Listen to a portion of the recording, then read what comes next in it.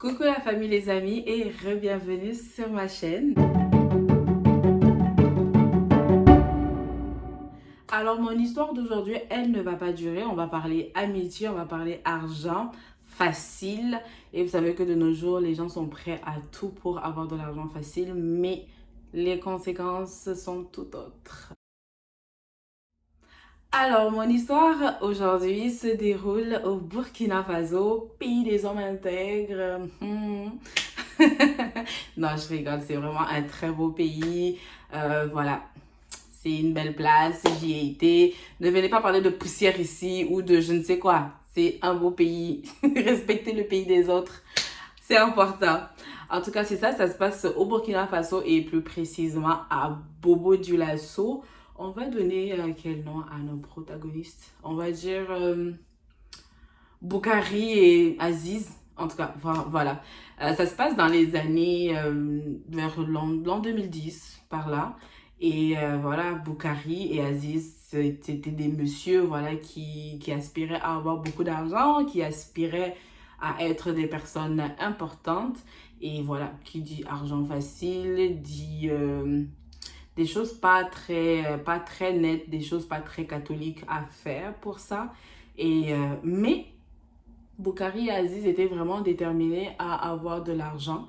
Et voilà, ils voyaient que à côté d'eux, ça marchait, leurs amis, ça se débrouillait bien. Et en tout cas, ils étaient prêts à tout pour pouvoir faire vivre leur famille dans l'opulence. Et voilà, quand on veut faire des choses de manière facile, je pense que faut s'attendre un peu à tout. Donc, qu'est-ce que Boukari, pardon, qu'est-ce que Boukari et Aziz font? C'est qu'ils décident d'aller voir un marabout. Ding, ding, ding, en plein dans le mille. C'est ça, donc facilement comme ça, ils pensent que oui, on va aller voir un marabout et puis voilà, tous nos problèmes vont être résolus. Donc, ils vont voir un marabout et ils expliquent leurs problèmes au marabout. Le marabout leur dit, ne vous inquiétez pas, ça c'est problème solve, il y a rien, c'est facile ça. C'est comme bonjour. Alors, le marabout leur donne un médicament qu'ils étaient censés mettre sur eux. Et après, sur directive du marabout, ils allaient se laver puis enlever ce médicament-là sur eux.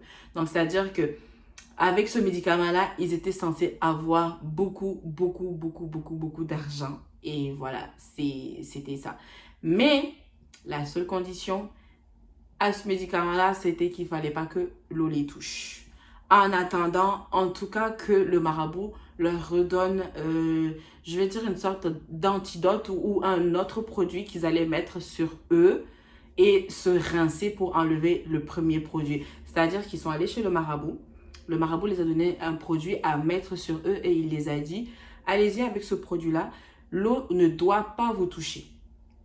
Et après 2 jours, vous revenez et moi, je vais vous remettre un autre produit sur le corps et vous allez vous relaver pour enlever le tout. Et voilà, c'est bing bang bong, tout est bon, c'est fait.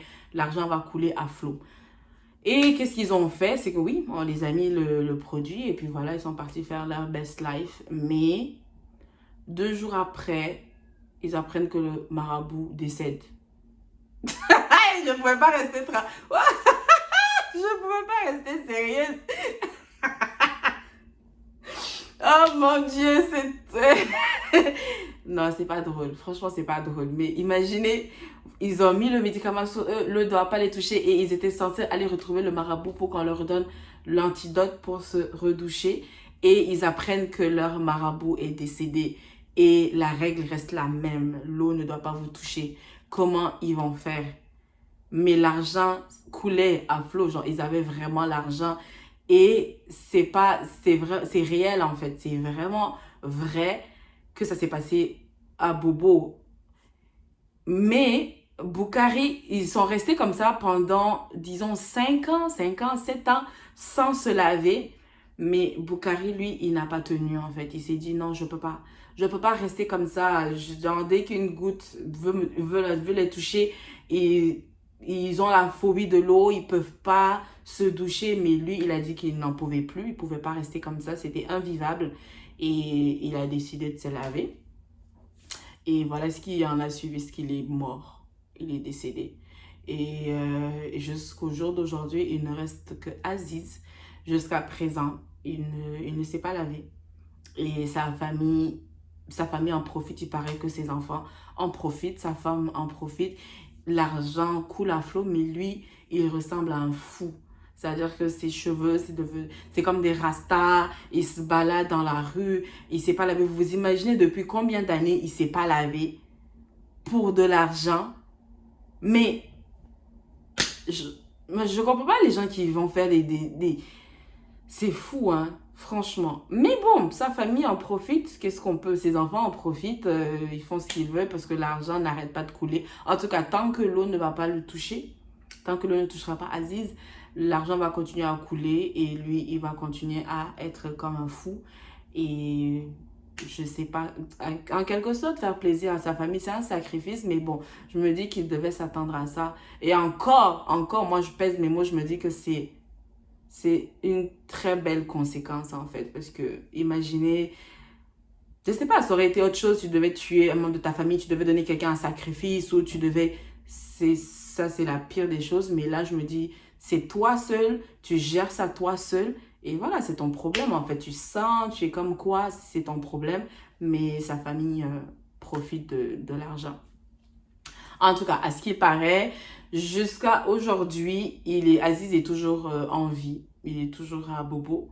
Et il a l'argent de fou, mais il n'y a que sa famille qui profite. Donc, voilà. Il a eu ce qu'il voulait en quelque sorte, mais c'est pas lui qui en profite.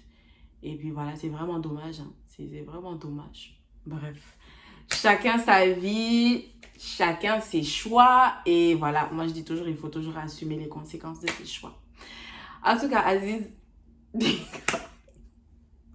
eh, c'est pas bien, je me moque du père des gens comme ça, c'est pas bien, voilà, franchement, mais quand vous voulez faire de pacte avec les diables là, eh, réfléchissez. En tout cas, je vous laisse sur cette note et on se retrouve à très bientôt pour une prochaine histoire. Mouah.